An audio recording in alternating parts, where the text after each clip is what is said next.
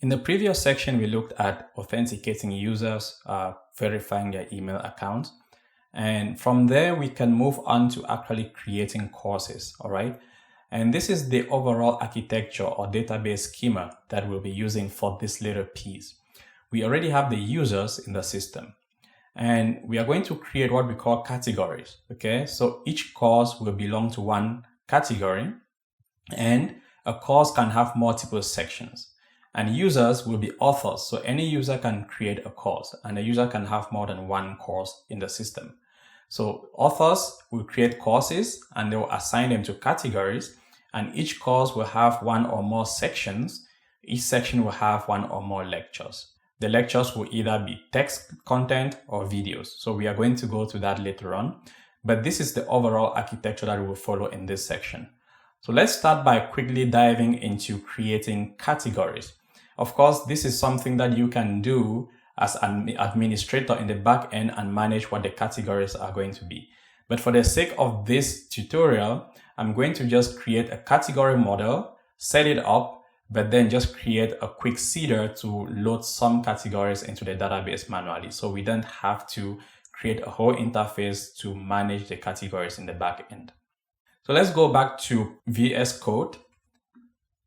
And here I'm going to start by creating a model. So PHP artisan, make model, category, and with a migration. Let's open the category model and start filling that in. The first thing I want to add here in the category model is a recursive relationship, because we want to have categories and subcategories. So a subcategory will have parent, and we want this recursive relationship to be as nested as possible if you want. Even though in this course, we'll just be using one level of nesting, but we're going to set it up so that you can nest it as deeply as you need. To do that, there is a really nice package in Laravel called the Laravel adjacency list. And this package allows you to create recursive relationships in a very efficient way. So it helps to optimize your queries. If you had to pull a parent and all its children, you can easily do that with this package without having to manually write your relationships. So we are going to install this package, and if you dig deep into the documentation, it has really nice examples. For each record, you can get the descendants, you can get the siblings, you can get the root. So it has really great functionality, which is really highly optimized. So I'll simply copy the require command, go over to my terminal, and composer require that package. To start using this package, all we have to do is use the has recursive relationship trait that comes with the package, and I'll pull that in. Has recursive. If I import that, so we are basically pulling in this trait into the class. Now here, let's do a protected fillable, and we specify the fields that we want in a category. We want the name, we want a slug, we want a parent ID. Because we are using recursive categories, we need a field called parent ID that the package will use to figure out who is the parent of every given category. And we want a sort order for the categories. Okay, so let's go over to the migration, and we also fill that in. Table, string, we have the name, string, we want the slug, and we want the slug to be unique. We have the table, foreign ID, so this is the parent. So parent ID, and we want that to be a foreign key, so we'll make it nullable, because we can have a category without a parent, so it is the root category. And then we want to constrain it to the categories table and the ID, okay? So we are saying here that we want this field to be a foreign key that references the ID field of the foreign, of the categories table, of this table. Then we talked about having a timestamp. So let's just say table integer, about a sort order. So that would be a sort order. And we just set the default to 0. So if you create a category and you don't provide a sort order, it will just set it to 0. And that is all we really need to create our user model or a categories model. So over here, let's just do a PHP artisan migrate to create that table. Now, as I mentioned, you can, in the end, create an admin panel where administrators will be able to manage categories. But for the sake of this course, I will just create a seeder and create a bunch of categories and pre-populate our database with the categories. So in the database folder, I'm going to create a subfolder called data. And here I'm just going to say categories.json, okay? So in the categories.json, I'm just going to copy over a few categories that I have specified or that I have come up with. And we have here just 2 categories. This will be part of the GitHub repository, so you can copy this in. But this is basically a JSON file with just 2 categories. So we have development and we have business. Under development, we have 2 children or 3 children, web development, mobile development, game development, and business, we have 3 children as well. So we are going to load those categories in the database using a seeder or a category seeder class. So PHP artisan make seeder, and I'm going to call that category seeder. So in the seeder class, let's just go here.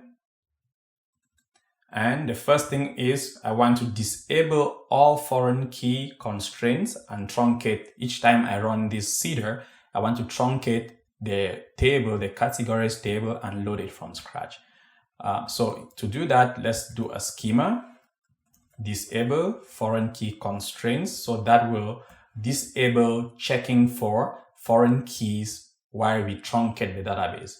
Because if you don't do this, MySQL will complain to say, hey, you're trying to truncate a database that has references to a foreign key.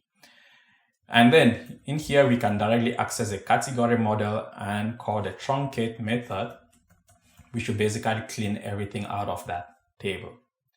Then let's read in the file that we just created, the data from the JSON file we created. So categories is equal to file. And here in file, we are looking for the support facade from Laravel, and want to call the JSON method to read in the JSON file. And that file is located in database, data, called categories.json, which is a file we just created in here. So that will read in the JSON data, and we just need to loop through the data and load it to the database. So for each categories as index category. So the parent category is equal to category create. The name will be category name. The slug will be category. Actually, the string, the slugged version of the name. So we want to convert whatever name we have to a slug. So the slug version of the name, and we import the slug helper function or class from Laravel, or the string helper class. Then we want the sort order. In this case, I'll just set the sort order to whatever the index is, because we are iterating over and we have access to the index here. So we can just set the sort order to whatever the index is. Now for each of these parents, we want to also load the subcategories, okay? So we'll loop through the children for each of these categories, load them in, and they will reference the parent in here. So for each category, children as child index let's create some space here. Child index, and I'll call that child. Then we can also do a category, create. In fact, I'm going to copy this because we are basically creating a category again. And instead of pulling in the category name, we are pulling the child name in here, the children, and the index here will be the index of the child as well. Then, of course, we want to set the parent ID to the parent ID. So whatever the parent is that we created here, we're going to use it as the ID of the parent when we create the children. And this should be it for seeding our category. So even when we run a PHP artisan migrate fresh to clean our database, we can come back here and quickly run the seeder to load the categories again in the database. And at the end, don't forget to enable foreign key checks again. So enable foreign key constraints so that whatever we disabled here is again active and my SQL should be able to check for foreign keys again. So let's come back to the terminal and we do a PHP artisan dbc and we pass the class equals the category seeder class, enter, and the database is seeded. So if I just go to my database here, refresh, I should have the categories and they are all inserted. So that does it for this part of our model. We've created categories. The next thing is we are going to be creating courses and link them up to categories and to users.